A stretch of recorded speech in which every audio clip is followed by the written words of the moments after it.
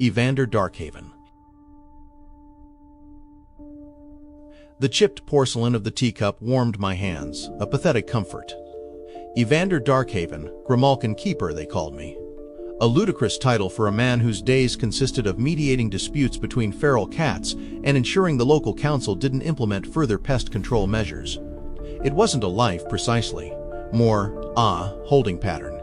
Each morning, the same stale breadcrumbs, the same territorial hissing, the same profound sense that I was missing something crucial, something just beyond the periphery of my awareness.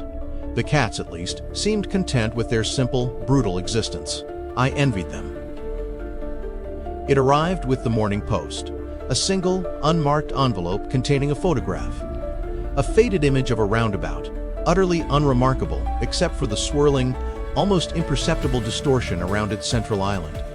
And a note, typed on brittle paper, "They take the lanes, beware the flow."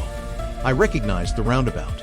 The one on Briarley Common, notorious for minor accidents and a peculiar, unsettling stillness. I'd driven through it countless times. But the photograph, it implied something else, something wrong. A feeling of dread, cold, and unfamiliar settled in my stomach. Briarley Common, viewed from the overgrown verge, was exactly as I remembered, mundane. Yet, the photograph nagged at me. I began to observe the traffic, meticulously noting the patterns. And that's when I saw it, a subtle, almost hypnotic pull towards the roundabout. A hesitance, a momentary disorientation in drivers as they approached. It wasn't recklessness, not precisely. More as if the lane itself guided them. I attempted to photograph the distortion myself, but my images came out perfectly normal. The phenomenon seemed to elude direct observation. Old Mrs. Gable, the local historian and a woman steeped in local lore, proved a promising lead. She spoke of lane ghosts and wayward spirits said to haunt the ancient roadways. She directed me to a forgotten grimoire hidden in the church archives, detailing rituals to appease the flow. It seemed absurd, superstitious nonsense. Still, driven by a desperate need to explain the inexplicable, I attempted one of the simpler rites, scattering iron filings at the roundabout's perimeter.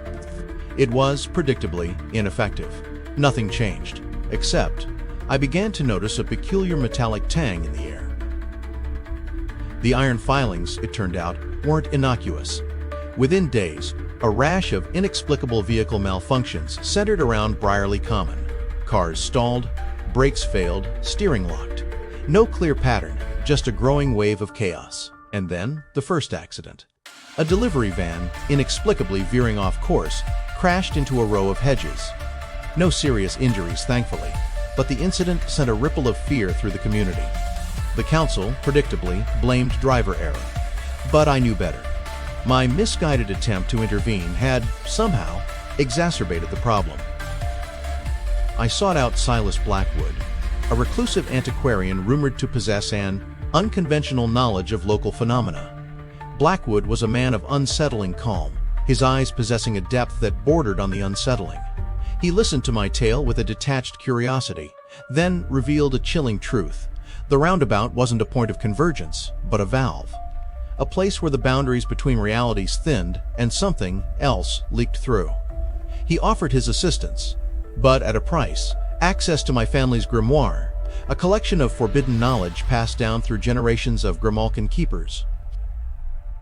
The Darkhaven grimoire spoke of the weave, a network of unseen currents that underpinned reality, and of lane wardens, beings tasked with maintaining the integrity of the weave.